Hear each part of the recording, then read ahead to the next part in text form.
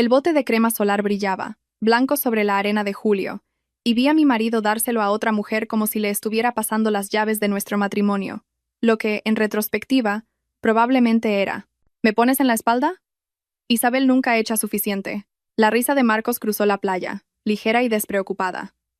La misma risa de la que me enamoré hace 20 años.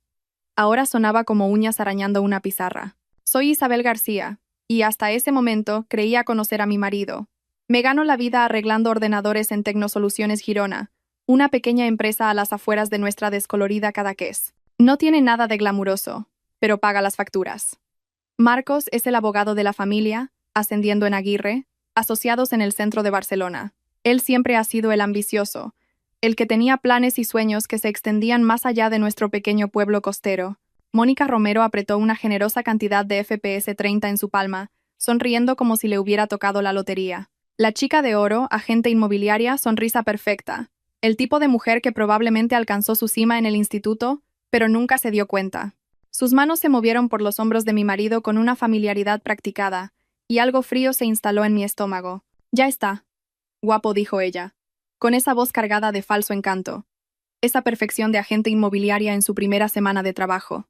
Yo estaba a 3 metros, sosteniendo las bolsas de playa de nuestros hijos como una mula de carga, viendo cómo mi matrimonio se disolvía a plena luz del día. Leo, nuestro hijo de 14 años, estaba construyendo castillos de arena con su hermano de 9, Mateo, felizmente inconscientes de que su madre estaba teniendo lo que podría llamarse una epifanía. «Isabel, estás mirando fijamente», gritó Marcos, sin molestarse en mirar en mi dirección. «Si tanto te preocupaba la aplicación de la crema, podrías haberte ofrecido tú primero».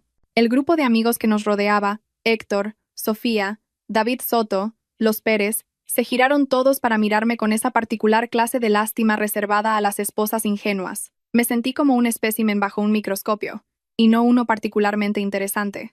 «Solo me aseguro de que no te quemes», dije, forzando lo que esperaba que pasara por una sonrisa. «Ya sabes lo sensible que es tu piel». Las manos de Mónica se demoraron en la parte baja de la espalda de Marcos, justo por encima de la línea de su bañador. Él se arqueó ligeramente bajo su contacto, y vi cómo 2 décadas de matrimonio se evaporaban como la niebla matutina. «No seas tan agonías», intervino Héctor, ajustándose sus enormes gafas de sol. Héctor ha sido el mejor amigo de Marcos desde la universidad. El tipo de hombre que colecciona cotilleos como otros, coleccionan sellos. Mónica solo está siendo amable, ¿verdad, cielo? La forma en que dijo «cielo» hizo que se me erizara la piel. Había algo posesivo en ello, como si él también tuviera algún tipo de derecho sobre ella. Los pueblos pequeños engendran relaciones extrañas, y Cadaqués era lo suficientemente pequeño como para que todo el mundo conociera los asuntos de los demás. Aparentemente, todos excepto yo. Saqué el móvil y abrí la aplicación de la aerolínea. Estábamos de vacaciones en Menorca, 3 horas para el último vuelo de vuelta a Girona. Podría estar en casa a medianoche, durmiendo en mi propia cama en lugar de en esta habitación de hotel abarrotada que olía a desinfectante industrial y a sueños rotos. «Creo que voy a volver antes», anuncié a nadie en particular. Marcos finalmente se giró. Las manos de Mónica todavía descansaban sobre sus hombros como si pertenecieran allí. «¿Qué? Isabel, no seas ridícula. Nos quedan 2 días más. Leo tiene ese campamento de fútbol el lunes. Debería preparar su equipo». No era una mentira del todo. Leo tenía un campamento de fútbol, pero su equipo llevaba semanas preparado. Soy, ante todo, organizada, un rasgo que resulta útil cuando planeas tu estrategia de salida de un matrimonio de 20 años. «El campamento de fútbol no es hasta la semana que viene», dijo Mateo desde su castillo de arena, «porque los niños de 9 años tienen memorias inconvenientemente perfectas». «Es el de preparación», corregí, reservando el vuelo con el pulgar. «Es otra cosa». Los ojos de Marcos se entrecerraron. «Tiene un instinto excelente, lo que le convierte en un buen abogado, y, como estaba descubriendo, en un infiel cuidadoso. Isabel, estás actuando de forma extraña. Siéntate y relájate. Tómate algo». «No quiero tomarme nada. Quiero irme a casa». El silencio que siguió fue de esos que incomodan a todo el mundo. David Soto carraspeó y murmuró algo sobre ir a ver la nevera portátil. Sofía de repente se interesó mucho por su revista. Incluso los niños sintieron la tensión y dejaron de jugar. «Bien», dijo Marcos, su voz adquiriendo ese tono afilado que había estado oyendo más a menudo últimamente. «Vete a casa. Huye, como siempre haces cuando las cosas se complican». «¿Complicadas?». Miré las manos de Mónica, todavía posadas sobre la piel de mi marido, como si tuvieran todo el derecho a estar ahí. ¿Es así como llamamos a esto? Mónica finalmente tuvo la decencia de dar un paso atrás, pero su sonrisa de suficiencia nunca flaqueó. Oye, mujer, solo estaba ayudando con la crema solar. No hay necesidad de alterarse. Quise reír. ¿Alterada? Estaba tan alterada como puede estarlo una persona que ve cómo su vida implosiona a cámara lenta.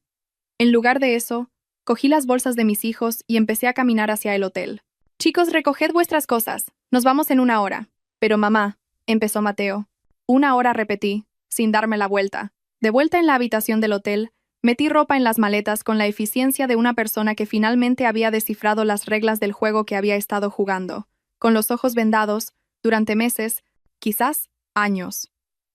Las señales habían estado ahí. Noches hasta tarde en la oficina, ropa nueva, ese brillo particular que viene de alguien que te presta atención de todas las maneras correctas. Simplemente había sido demasiado estúpida, o demasiado confiada, para verlas. Dejé una nota en la mesilla de noche. Corta y al grano. He encontrado a tu colega de la crema solar.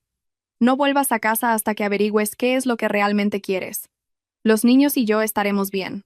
Luego salí de esa habitación de hotel y no miré atrás. La casa se sentía diferente cuando llegué a casa a medianoche, como si contuviera la respiración.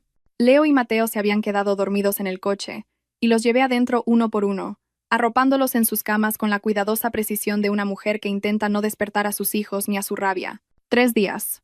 Eso es lo que tardó Marcos en llamar. Isabel, ¿qué demonios te pasa? Su voz llegó a través del teléfono, aguda y acusadora, como si fuera yo la que había estado frotando crema solar en el cónyuge de otra persona. Los niños preguntan dónde estás. Mateo ha estado llorando. Estaba sentada en el despacho de casa, rodeada de las herramientas de mi oficio, ordenadores, cables, equipos de diagnóstico. El zumbido familiar de la electrónica era extrañamente reconfortante, como un ruido blanco para los de inclinación técnica. Dile a Mateo que estoy en casa. ¿Dónde pertenezco? ¿Dónde estás tú? Sigo en el hotel con nuestros amigos, que están haciendo preguntas muy incómodas gracias a tu numerito de desaparecer. ¿Preguntas incómodas? Me recliné en la silla de mi escritorio, una sonrisa asomando en la comisura de mis labios. ¿Cómo qué tipo de preguntas? Sabes perfectamente qué tipo de preguntas, Isabel. No te hagas la tonta. No me hago la tonta, Marcos. Solo estoy aquí sentada en mi casa pensando en la crema solar y en lo servicial que puede ser alguna gente con su aplicación. El silencio se extendió entre nosotros como una cuerda floja. Cuando volvió a hablar, su voz de abogado estaba en pleno efecto, controlada, medida, peligrosa. Si tienes algo que decir, dilo de una vez. Creo que Mónica tiene una técnica de aplicación de crema solar muy exhaustiva, muy práctica. Estás siendo ridícula. ¿Ah, sí? Porque desde donde yo estaba parecía que había tenido mucha práctica contigo, específicamente. Otro silencio, esta vez más largo. Casi podía oír los engranajes girando en su cabeza, calculando respuestas, sopesando opciones. Es lo que le hace bueno en su trabajo, y aparentemente, bueno en el engaño. Isabel, eres una paranoica. Mónica es una amiga. Me estaba ayudando con la crema porque mi mujer estaba demasiado ocupada enfurruñada como para hacerlo ella misma. Claro. Y seguro que todos esos mensajes nocturnos que os habéis estado enviando son solo conversaciones amistosas sobre el mercado inmobiliario. La brusca inspiración me dijo que había dado en el blanco. Punto para la esposa paranoica. No sé qué crees que sabes. Sé que llevas meses diferente. Sé que te compraste calzoncillos nuevos y empezaste a ir al gimnasio. Sé que has estado trabajando hasta tarde en casos que no existen, porque llamé a tu oficina el martes pasado cuando dijiste que estarías allí hasta las 10. ¿Adivina qué? El edificio estaba vacío. ¿Llamaste a mi oficina, Isabel? Eso es ser exhaustiva. Sí, se me da bien eso. Viene con el trabajo. Te sorprendería lo que puedes averiguar cuando realmente prestas atención. Oí voces de fondo, una conversación ahogada que sonaba a control de daños, la voz de Héctor, aguda y urgente, Mónica diciendo algo sobre manejar la situación. Voy a casa, dijo Marcos finalmente. No vengas. ¿Qué quieres decir con que no venga? Es mi casa también. Ya no. Cambié las cerraduras ayer. Tus cosas están empaquetadas en el porche. Quizá quieras recogerlas antes de que llueva. La explosión de indignación que siguió fue tan fuerte que tuve que apartar el teléfono de la oreja. Cuando finalmente se quedó sin fuelle, hablé en la relativa calma. Marcos, ¿sigues ahí? No puedes dejarme fuera de mi propia casa. De hecho, sí puedo. La casa está a mi nombre. Recuerda, querías mantener tu historial de crédito limpio para poder llegar a ser socio. Parecía una buena idea en su momento. Esto es una locura, Isabel. Estás teniendo una especie de crisis nerviosa. Quizá. O quizá por fin estoy teniendo una revelación. A veces es difícil ver la diferencia. Colgué e inmediatamente llamé a David Soto. David es un buen tipo. El tipo de amigo que te dice si tienes espinacas en los dientes o si tu marido está jugando a los médicos con la agente inmobiliaria local. Isabel, Dios mío, mujer. ¿Qué pasó en la playa? Marcos ha estado. David, necesito que me hagas un favor. Necesito que le preguntes a Sofía qué vio en la playa, lo que vio de verdad, y necesito que le preguntes cuánto tiempo lleva pasando esto. La pausa que siguió me dijo todo lo que necesitaba saber. Isabel, escucha. ¿Cuánto tiempo, David? Sofía cree que quizá 3 meses. O más. No estaba segura de si debía decir algo. 3 meses. Lo repetí como una frase extranjera que intentaba aprender. Bueno, eso explica la nueva suscripción al gimnasio. Isabel, lo siento, de verdad. Todos pensábamos que lo sabías. Por la forma en que actuaban, pensamos que te parecía bien, o que lo estabais arreglando, o que soy el tipo de mujer que deja que la agente inmobiliaria local manosee a su marido en las excursiones familiares a la playa. No es eso lo que quería decir. Sé lo que querías decir, David. Gracias por ser sincero. Colgué y abrí mi portátil. Hora de hacer lo que mejor se me da. Escarbar en los detalles digitales de la vida de la gente. Marcos pensó que era cuidadoso, pero había cometido un error crucial. Había dejado su correo electrónico abierto en nuestro ordenador compartido, el de la cocina que usábamos para cosas de la familia. La carpeta etiquetada como «personal» contaba una historia que haría llorar de alegría a un guionista de telenovelas. 3 meses de correos cada vez más íntimos con Mónica, con planes de escapadas de fin de semana, quejas sobre su esposa ingenua y suficientes detalles explícitos como para que agradeciera haberme saltado la cena. Pero lo realmente interesante estaba en la carpeta etiquetada como finanzas. Aparentemente, mi ambicioso marido había estado haciendo algunas inversiones ambiciosas. Operaciones intradía con criptomonedas. Algo llamado oportunidad de retorno garantizado, que tenía todas las características de un esquema piramidal. Había perdido casi 30.000 euros de su propio dinero y estaba echando mano de nuestros ahorros conjuntos para cubrir las pérdidas. Con razón había estado trabajando hasta tarde. No había estado trabajando en absoluto. Había estado intentando salir de un agujero financiero mientras se hundía más profundamente en los brazos de Mónica Romero. Reenvié los correos más interesantes a mi cuenta personal y luego borré el historial del navegador. Si Marcos quería jugar, estaba a punto de aprender que su esposa llevaba jugando mucho más tiempo que él. Mi teléfono vibró con un mensaje de Leo. «Mamá, papá está aquí gritando en la puerta de casa. Dice que has cambiado las cerraduras. ¿Qué está pasando?» Miré por la ventana delantera. Efectivamente. Allí estaba mi marido, de pie junto a 3 maletas y un montón de cajas, toqueteando su teléfono como si intentara apuñalarlo de frustración. Levantó la vista y me vio en la ventana. E incluso a 10 metros de distancia, pude ver la furia en sus ojos. Hora del segundo asalto. Marcos se mudó con Héctor, lo que fue o lo mejor que podría haberle pasado a mis planes de venganza, o lo peor que podría haberle pasado a mi cordura. Héctor vivía en uno de esos pisos antiguos reformados en el centro de Cadaqués, de esos con paredes finas y privacidad aún más fina, perfecto para un hombre que había construido su vida social en torno a coleccionar y distribuir los secretos de otras personas. No se me escapaba la ironía de que mi marido estuviera ahora viviendo con el mayor cotilla del pueblo, mientras intentaba mantener sus propios secretos a salvo. Le di una semana antes de hacer mi siguiente movimiento. Durante esa semana, Marcos llamó 17 veces. Envió 43 mensajes de texto y se presentó en mi oficina 2 veces. Ignoré las llamadas, borré los mensajes y hice que la seguridad del edificio lo escoltara fuera en ambas ocasiones.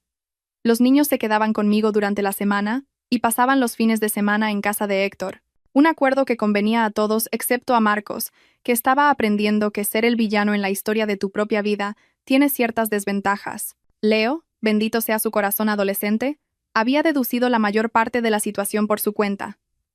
Me acorraló en la cocina mientras Mateo se preparaba para ir al colegio. «Papá te ha estado engañando, ¿verdad?» Casi me atraganto con el café. «Leo, eso no es algo que debamos». «Mamá, tengo 14 años, no 4. Vi cómo se comportaba en la playa, y le oí hablar por teléfono con Héctor anoche cuando se suponía que estaba dormido. Estaba llorando y diciendo algo sobre que tú lo habías arruinado todo. ¿Que yo lo he arruinado todo?» Eso es lo que dijo. Pero Héctor le dijo que estaba siendo un dramático y que se te pasaría cuando entraras en razón. Leo hizo comillas en el aire con los dedos, un gesto que de alguna manera hizo que la traición se sintiera aún más aguda. «¿Y tú qué piensas de todo esto?», le pregunté. porque a veces la mejor manera de manejar a un adolescente es tratarlo como el casi adulto que intenta ser. Creo que papá es un idiota, dijo Leo con naturalidad, y creo que deberías hacérselo pagar, de la boca de los niños y los adolescentes de 14 años. Esa tarde, llamé al señor Castillo, nuestro vecino de 70 años que había elevado el cotilleo a la categoría de arte. El señor Castillo sabía todo de todos en Cadaqués, y lo que es más importante, no era tímido a la hora de compartir lo que sabía. Isabel, querida, ¿cómo lo llevas? Me he enterado de que Marcos se ha ido de casa. Qué pena cuando los matrimonios se rompen.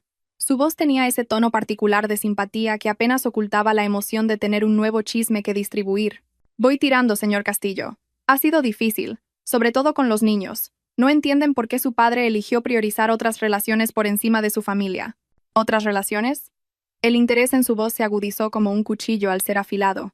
Probablemente no debería decir nada. No me corresponde a mí hablar de las elecciones personales de Marcos.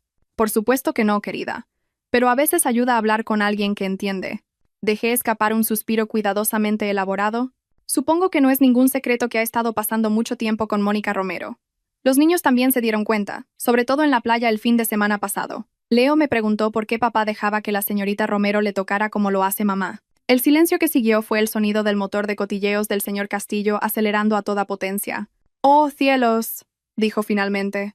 «Pobre niño. Y pobre de ti, Isabel. No tenía ni idea de que las cosas se habían complicado tanto.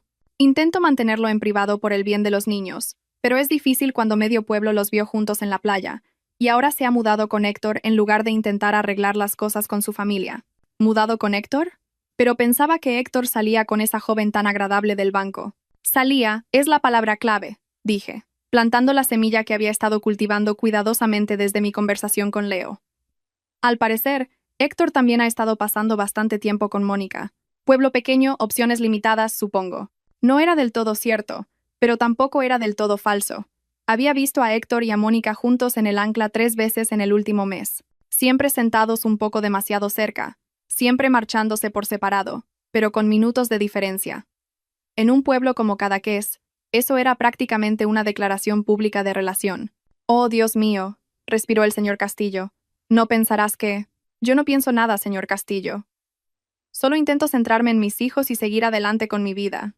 Colgué sabiendo que para la hora de la cena, la mitad de Cadaqués sabría que Marcos García vivía con su mejor amigo, quien podría o no estar compartiendo a su novia. Para la mañana siguiente, la otra mitad lo sabría, junto con varios adornos creativos que la red de compañeros entusiastas de la información del señor Castillo añadiría a la historia. La fase 2 de mi plan implicaba una visita a El Ancla, el tipo de establecimiento local donde todos saben tu nombre y tus asuntos, quieras o no. Sincronicé mi llegada para el jueves por la noche, cuando la multitud de después del trabajo sería lo suficientemente densa como para proporcionar cobertura, pero lo suficientemente pequeña como para asegurar la máxima distribución del chisme. Mónica estaba allí, por supuesto, presidiendo su mesa habitual cerca del fondo, deleitando a un grupo de gente local con lo que supuse que eran historias sobre sus últimas conquistas inmobiliarias.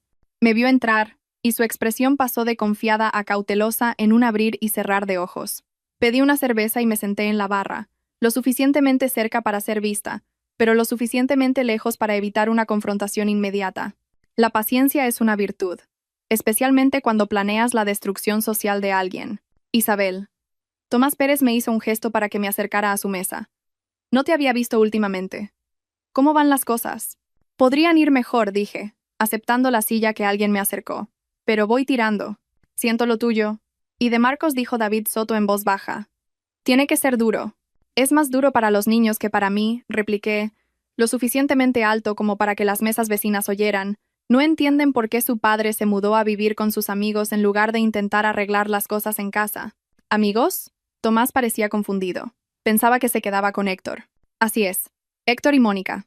Acuerdos modernos para problemas modernos, supongo. El silencio que siguió fue hermoso. Observé cómo la información se extendía por el bar como ondas en un estanque, cada persona procesando las implicaciones y archivándolas para su futura distribución. La mesa de Mónica se había quedado en silencio, y cuando miré, me estaba fulminando con una hostilidad manifiesta. Perfecto. Terminé mi cerveza, me despedí y me fui a casa, dejando atrás un bar lleno de gente que ahora tenía una comprensión muy diferente de la situación entre Isabel García y su marido separado. Mi teléfono empezó a sonar antes de que llegara al coche. La llamada era de Héctor. y estaba furioso. Isabel, ¿qué demonios crees que estás haciendo? Me senté en mi coche en el aparcamiento de El Ancla, observando a través de la ventana cómo Mónica gesticulaba enfadada con su teléfono, probablemente recibiendo una llamada similar de Marcos, quien a su vez probablemente estaría recibiendo llamadas de medio pueblo a estas alturas. No estoy haciendo nada, Héctor. Solo tomando una cerveza y hablando con amigos. Estás difundiendo mentiras sobre mí y Mónica. ¿Ah, sí? ¿Qué mentiras serían esas? Sabes perfectamente lo que estás haciendo. Estás intentando que parezca que estoy liado con Mónica, como si estuviéramos viviendo todos juntos en una especie de acuerdo extraño. ¿Y no lo estáis? Pregunté inocentemente. Quiero decir, sois compañeros de piso ahora. Ella está allí todo el tiempo. Os vais juntos de El Ancla. Si parece un pato y grazna como un pato. Somos amigos, Isabel. Eso es todo. Y aunque fuéramos algo más, no es asunto tuyo. Tienes razón, no es asunto mío. Pero cuando mi marido se muda con su mejor amigo, que también está liado con su novia, da para una conversación de sobremesa interesante. La gente habla, Héctor. Lo sabes mejor que nadie. El silencio se alargó lo suficiente como para contar a 3 personas saliendo del bar y revisando sus teléfonos mientras caminaban hacia sus coches. La red de cotilleos de Cadaqués funcionaba a pleno rendimiento. Isabel, tienes que parar esto. Estás haciendo daño a todo el mundo, incluidos tus propios hijos. Mis hijos están bien. Viven con su madre en su propia casa. Van a sus propios colegios, duermen en sus propias camas.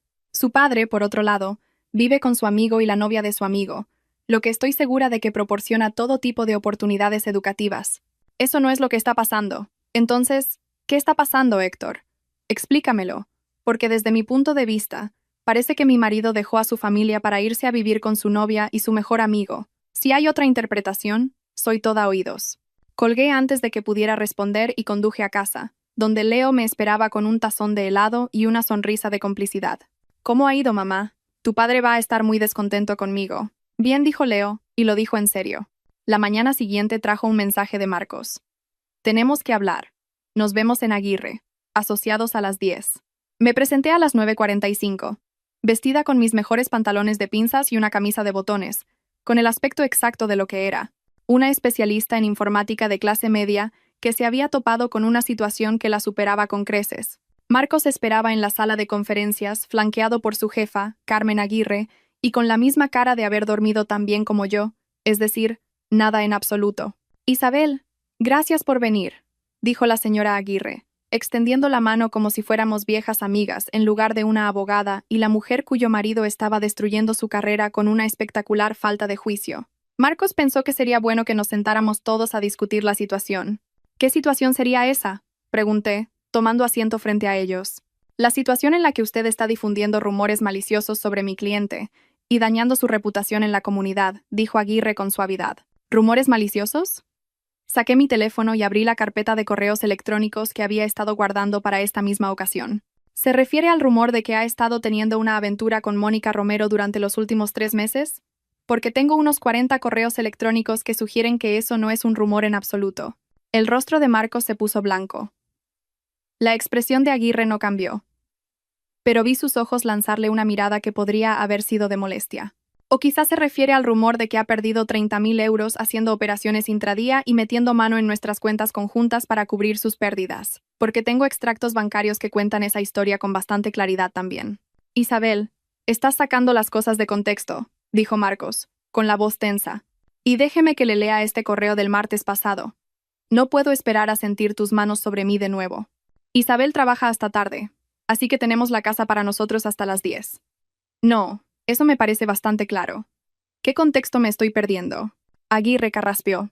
Señora García, entiendo que esté disgustada, pero... No estoy disgustada, señora Aguirre. Estoy informada. Hay una diferencia. Deslicé el dedo por mi teléfono. Aquí hay otro bueno. Isabel es tan ingenua. Probablemente no se daría cuenta si lo hiciéramos en la mesa de la cocina. Cosas románticas. Realmente hacen que una esposa se sienta valorada. Marcos se levantó bruscamente. No tengo por qué escuchar esto. En realidad, sí, dije con calma. Porque esto es solo el tráiler. El largometraje completo empieza el lunes por la mañana cuando presente la demanda de divorcio. Y estos correos pasarán a ser de dominio público, junto con los estados financieros, los registros telefónicos y la cronología muy detallada que he elaborado de sus actividades extracurriculares. Aguirre se inclinó hacia adelante. Señora García, Quizá podamos llegar a un acuerdo. Una disolución discreta, expedientes sellados, todos siguen adelante con su dignidad intacta. ¿Dignidad? Me reí, y sonó más áspero de lo que pretendía. ¿Dónde estaba la dignidad cuando mi marido dejaba que otra mujer le pusiera crema solar delante de nuestros hijos y de medio pueblo? ¿Dónde estaba la dignidad cuando se quejaba a su amante de su ingenua esposa, que trabajaba 60 horas a la semana para apoyar su carrera de abogado? Isabel, por favor, dijo Marcos, y por primera vez desde que empezó todo esto, sonaba genuinamente desesperado. Piensa en Leo y Mateo. ¿De verdad quieres que vean a sus padres destruirse mutuamente de esta manera? Lo miré durante un largo momento. A este hombre que había amado durante 20 años, que me había dado 2 hijos maravillosos y 15 años de lo que yo había creído que era felicidad. Tenía razón en una cosa. Esto iba a hacer daño a los niños. Pero quedarme callada y fingir que todo estaba bien les haría más daño a largo plazo. Pienso en Leo y Mateo todos los días, dije finalmente. Pienso en qué tipo de ejemplo les estamos dando sobre el matrimonio, sobre la lealtad, sobre las consecuencias. Y creo que la lección aquí es bastante clara. Los actos tienen consecuencias. Incluso cuando eres lo suficientemente listo como para pensar que no te van a pillar. Me levanté y me dirigí a la puerta. Luego me di la vuelta. Ah, y Marcos, quizá quieras tener una conversación con Héctor sobre Mónica. Resulta que tu novia ha estado repartiendo su atención más de lo que creías. Pueblo pequeño, opciones limitadas, como ya dije. Los dejé sentados allí y salí a la luz del sol de la mañana, sintiéndome más ligera de lo que me había sentido en meses. Mi teléfono vibraba con mensajes, pero los ignoré. La fase 3 estaba a punto de comenzar, y tenía una gala benéfica que preparar. La gala benéfica anual del Fondo Comunitario de la Costa Brava era el evento social del año, el tipo de reunión donde todos los que eran alguien aparecían para ser vistos haciendo buenas obras, mientras en realidad solo cotilleaban y bebían vino carísimo. El tema de este año era «Construyendo el mañana juntos», lo que parecía irónicamente apropiado dado cuántas relaciones estaban a punto de ser demolidas. No había planeado asistir. Las galas benéficas no eran exactamente mi ambiente. Y dado el estado actual de mi matrimonio, aparecer sola habría sido como llevar un cartel que dijera «Pregúntame por mis desastres personales». Pero entonces Leo hizo una sugerencia que lo cambió todo. «Mamá, deberías ir a esa fiesta elegante de la que papá ha estado hablando durante meses». Estábamos cenando en la cocina, solo nosotros 3.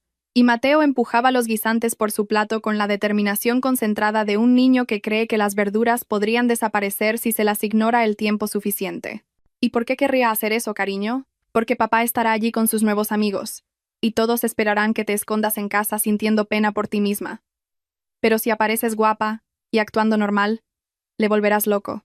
A veces me preguntaba si Leo tenía realmente 14 años o 41 con una muy buena rutina de cuidado de la piel. Es un pensamiento muy estratégico. Aprendo de la mejor, dijo con una sonrisa que me recordó dolorosamente a su padre. Así que alquilé un vestido de noche, me corté el pelo y me presenté en el club náutico de Cadaqués con el aspecto de una mujer que tenía su vida bajo control, en lugar de una persona cuyo marido vivía actualmente en una telenovela de su propia creación. El salón de baile estaba lleno de caras conocidas, todas las cuales me dedicaron el tipo de miradas normalmente reservadas para los accidentes de tráfico. Fascinación horrorizada mezclada con el alivio de que no les estuviera pasando a ellos. Marcos estaba allí, por supuesto, con un smoking que probablemente costó más que mi hipoteca mensual. Estaba de pie cerca de las mesas de la subasta silenciosa con Mónica, quien aparentemente había decidido que la ropa de gala la hacía parecer sofisticada en lugar de una vendedora de coches de segunda mano con un vestido alquilado. Héctor estaba con ellos, completando el triángulo de disfunción que se había convertido en la comidilla del pueblo. Cogí una copa de vino e hice la ronda, aceptando condolencias y desviando preguntas con la soltura practicada de una mujer que había pasado 2 semanas perfeccionando su cara pública. La clave era parecer ligeramente herida pero digna, como alguien que ha sido traicionado pero lo está manejando con clase. Isabel, qué alegría verte aquí, dijo Ricardo Valdés, el presidente de la fundación y uno de los guardianes sociales más prominentes de Cadaqués. No estaba seguro de que te unirías a nosotros esta noche. No me lo perdería, por nada, respondí con suavidad. Esta causa significa mucho para mí, y no iba a dejar que circunstancias personales interfirieran en el apoyo a la comunidad. ¡Qué admirable! ¿Y cómo lo llevas? Debe ser un momento muy difícil. Ha sido un desafío, admití, pero me estoy centrando en lo que más importa, mis hijos y seguir adelante. La vida es demasiado corta para obsesionarse con las decisiones de otras personas. Ricardo asintió con simpatía, pero pude ver la curiosidad ardiendo detrás de sus ojos. ¿Y Marcos? ¿Cómo se está adaptando a su nueva situación de vida? Esta era la oportunidad que había estado esperando. Parece estar adaptándose bien al acuerdo. Ciertamente es poco convencional, pero supongo que los problemas modernos requieren soluciones modernas. ¿Acuerdo? Vivir con Héctor y Mónica. Estoy segura de que están todos muy cómodos juntos. Tomé un sorbo de vino y dejé que esa declaración flotara en el aire como un chiste perfectamente sincronizado. Los ojos de Ricardo se abrieron ligeramente. ¿Los tres viviendo juntos? Bueno, Marcos se queda con Héctor, y Mónica pasa allí la mayoría de las noches. Si eso es temporal o permanente, no podría decirlo. Ya no es asunto mío. Me disculpé y pasé a la siguiente conversación, dejando a Ricardo procesar y distribuir esa información a su extensa red de compañeros árbitros sociales. En 20 minutos, había tenido variaciones de la misma conversación con 6 personas diferentes, cada vez añadiendo el detalle justo para mantener la historia interesante, sin decir nada que pudiera considerarse una calumnia directa. La belleza del cotilleo de pueblo pequeño es que no tienes que mentir. Solo tienes que presentar la verdad desde el ángulo más desfavorable posible y dejar que la imaginación de la gente rellene los huecos. Estaba de pie cerca de la barra, disfrutando del sutil caos que había desatado, cuando Héctor apareció a mi lado como un ángel vengador perfectamente peinado.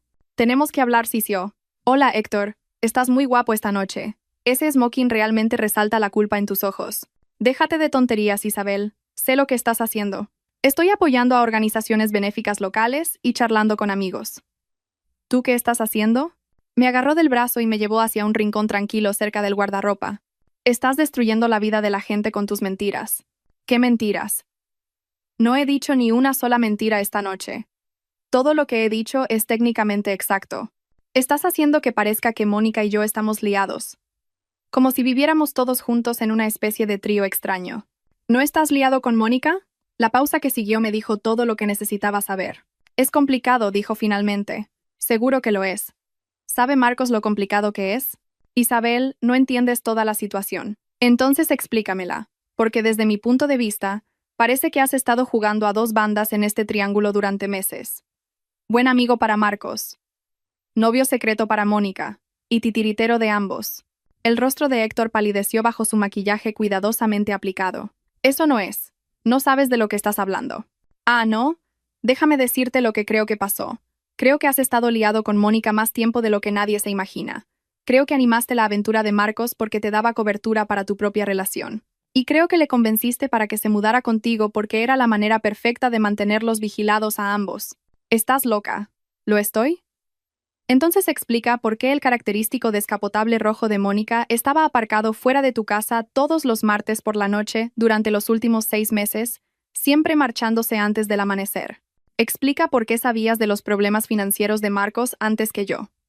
Explica por qué estabas tan ansioso porque se mudara contigo en lugar de intentar arreglar las cosas con su mujer. Héctor me miró como si me hubiera salido una segunda cabeza. «¿Cómo sabes lo de los martes por la noche?». «Soy buena en mi trabajo, Héctor.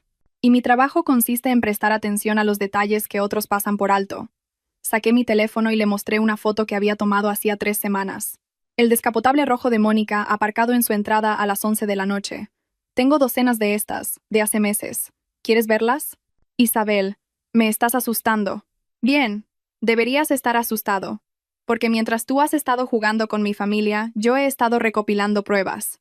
Y mañana por la mañana, voy a tener una conversación muy interesante con Marcos sobre el papel de su mejor amigo en la destrucción de nuestro matrimonio». Empecé a alejarme. Luego, me di la vuelta. «Ah, y Héctor, quizá quieras empolvarte la cara. Estás empezando a sudar y la gente empieza a mirar». Lo dejé allí plantado y volví al salón de baile, donde el entretenimiento de la noche estaba a punto de comenzar. Pero el verdadero espectáculo ya había empezado, y yo tenía asientos de primera fila para ver cómo mis planes cuidadosamente trazados daban sus frutos. A la mañana siguiente, me desperté con 17 llamadas perdidas y 43 mensajes de texto. Marcos aparentemente había pasado la noche procesando las implicaciones de mi conversación con Héctor, y los resultados eran tan explosivos como esperaba. El último mensaje, enviado a las 3:47 a.m., era el más interesante. «Nos vemos en la Masía. A las 12. Ven sola. Terminamos esto hoy». La Masía era una pequeña casa de campo que Marcos había heredado de su abuela, a unos 20 minutos del pueblo, cerca del lago de Bañoles. Habíamos pasado algunos de nuestros momentos más felices allí en los primeros años de nuestro matrimonio, cuando todavía nos gustábamos y pensábamos que estábamos construyendo algo que duraría para siempre.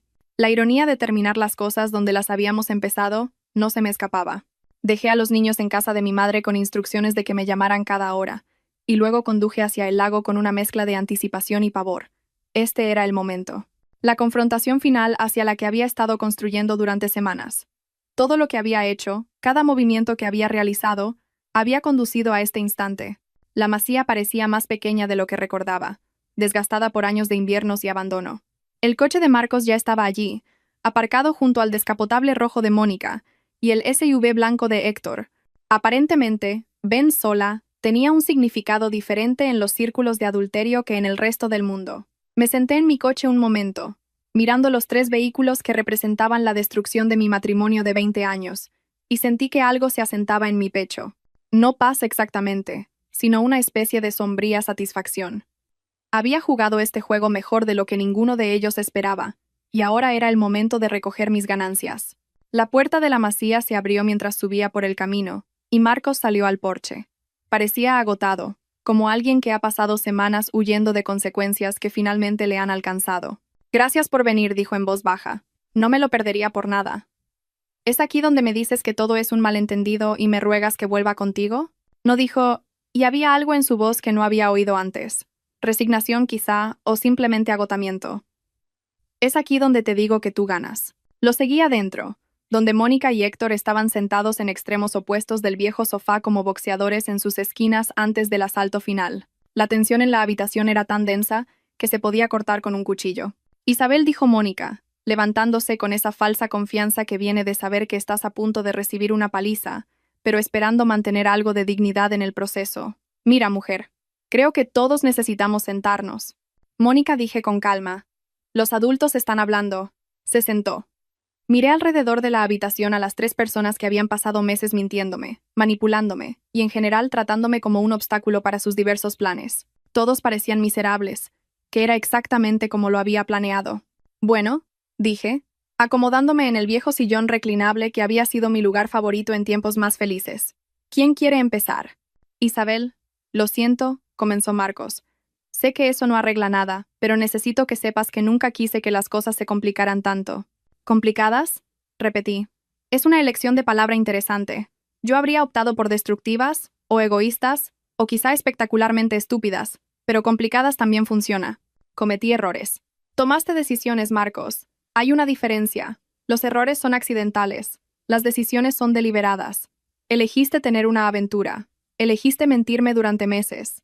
Elegiste mudarte en lugar de intentar arreglar las cosas. Esos no fueron errores. Fueron decisiones. Héctor carraspeó.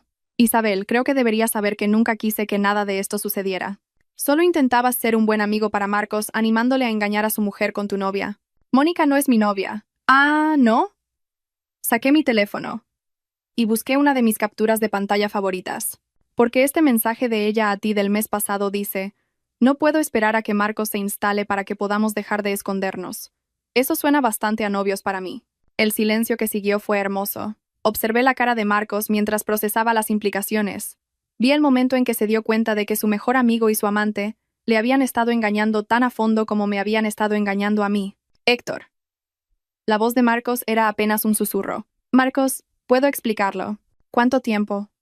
Marcos se levantó, y reconocí la expresión en su rostro. Era la misma mirada que ponía cuando interrogaba a un testigo hostil.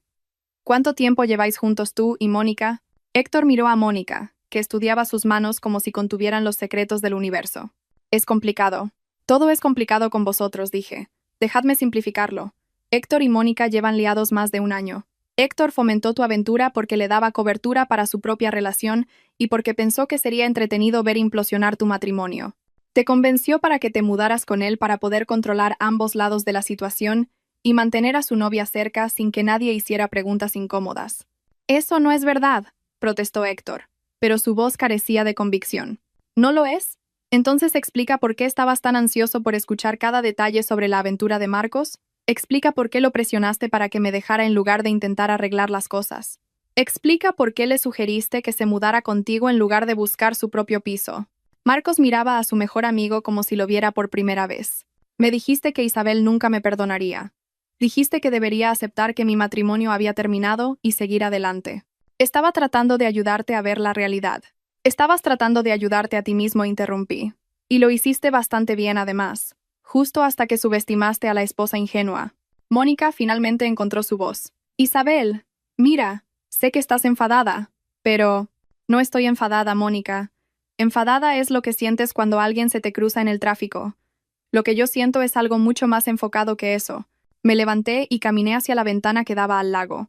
El agua estaba en calma, reflejando el cielo de la tarde como un espejo. Era un lugar pacífico, tranquilo de una manera que hacía que el caos de las últimas semanas pareciera casi surrealista. Esto es lo que va a pasar, dije, todavía mirando el agua. Marcos, vas a firmar los papeles de divorcio que preparé, aceptando la plena responsabilidad por la ruptura de nuestro matrimonio. Vas a aceptar la custodia compartida con residencia principal conmigo. Y vas a explicarles a Leo y Mateo por qué elegiste destruir su familia. Isabel, no he terminado. También vas a devolver los 30.000 euros que perdiste jugando con nuestros ahorros, con intereses. Y lo vas a hacer sin impugnar el divorcio ni intentar reclamar ninguna parte de la casa, los planes de pensiones o cualquier otra cosa que construimos juntos durante 20 años de matrimonio. Eso no es justo. ¿Justo? Me di la vuelta y lo miré. ¿Quieres hablar de lo que es justo? ¿Era justo cuando te quejabas a tu amante de tu esposa ingenua? ¿Era justo cuando planeabas escapadas de fin de semana mientras yo hacía horas extras para apoyar tu carrera? ¿Era justo cuando dejaste que otra mujer te pusiera las manos encima delante de nuestros hijos?